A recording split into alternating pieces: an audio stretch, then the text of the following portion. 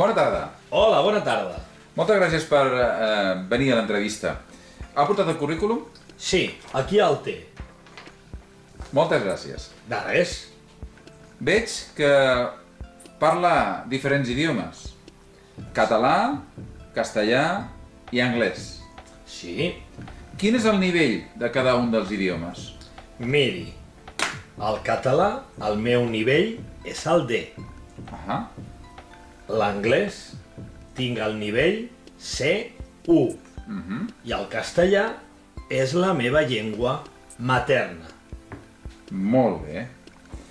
Veig també que ha treballat a altres empreses. Quines eren les feines que feien aquestes empreses? Doncs miri, a les diferents empreses que he treballat, he fet tasques administratives, he fet tasques de traducció i també he fet tasques de docència. Molt bé, molt bé. Per què vol treballar a la nostra empresa? A la vostra empresa la conec per informacions d'internet i per als medis de comunicació i sé que és una empresa jove i dinàmica i està engrescada en projectes europeus. Molt bé, és cert, molt bé. Com es definiria? Quines són les seves qualitats personals que hem de tenir en compte?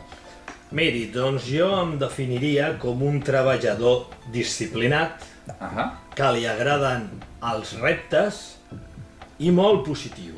Molt bé, això m'agrada, molt bé.